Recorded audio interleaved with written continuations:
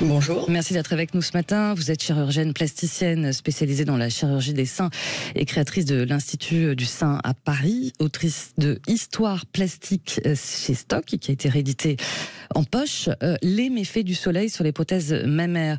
Honnêtement, c'est un sujet dont on parle peu. Comment vous l'expliquez ? C'est un sujet qui concerne assez peu de personnes. Il y a environ 100 000 personnes qui sont porteuses de prothèses mammaires pour une reconstruction mammaire. Je voudrais déjà être précise, le message que je vais adresser ne s'adresse qu'aux patientes qui ont eu une reconstruction par prothèse après un cancer du sein, Oui. et absolument pas aux 400 000 personnes qui sont porteuses de prothèses esthétiques en France. Elles ne sont absolument pas concernées. D'accord. En ce qui concerne les patientes qui ont eu une reconstruction après cancer avec une prothèse, on leur demande de faire attention au soleil l'été. Pour une fois, ce n'est pas à cause des ultraviolets, mais à cause de la chaleur. On leur recommande de ne pas s'exposer au soleil aux heures chaudes avec un maillot de bain sombre. Il y a une concentration de la chaleur à travers les maillots de bain sombres qui fait que il peut y avoir des brûlures cutanées qui peuvent être graves puisqu'elles peuvent aboutir au retrait de l'implant et à l'échec de la reconstruction mammaire. D'accord. Et parce qu'en fait, il faut expliquer qu'il y a une insensibilité du sein, c'est ça, reconstruit, qui empêche de ressentir la brûlure, c'est ça ? Effectivement, ça commence parce qu'il y a une insensibilité du sein et que la personne est insensible à la température à cet endroit-là. Si on a un maillot de bain sombre, il y a une concentration de la chaleur sur la peau.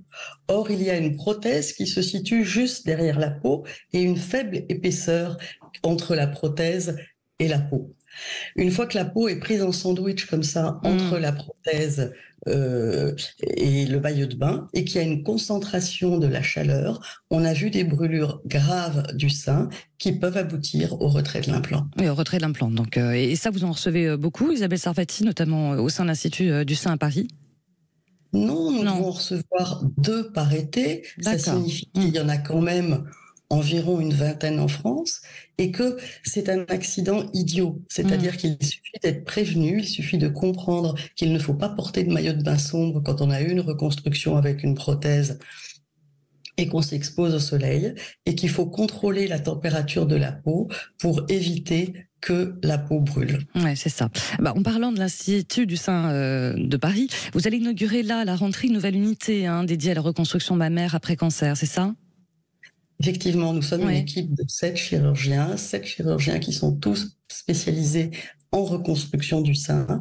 Nous faisons toutes les techniques possibles pour reconstruire un sein, c'est-à-dire que ça va du lambeau libre à la prothèse, au feeling et au lambeau du dos.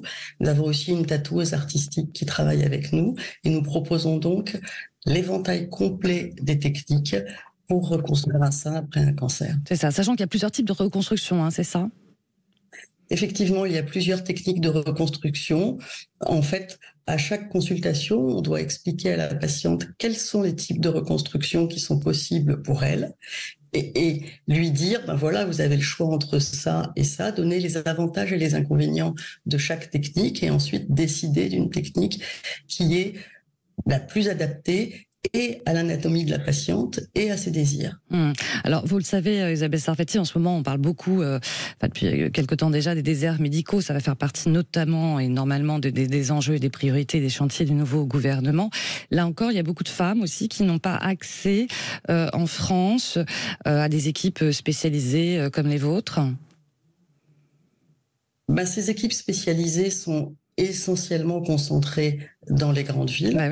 Une équipe spécialisée, c'est une équipe qui fait beaucoup de reconstruction mammaire, qui fait quasiment que ça.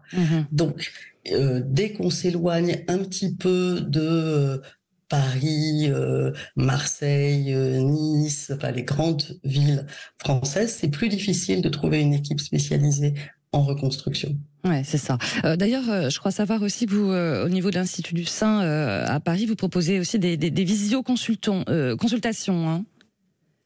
Effectivement, il est possible, où que vous soyez en France, de faire une visioconsultation avec une équipe spécialisée et de pouvoir avoir comme ça, sans vous déplacer, un avis qui vous permette de réfléchir ensuite sur votre propre cas, c'est-à-dire quelles sont les techniques qui sont bien pour vous comment vous allez choisir votre mode de reconstruction.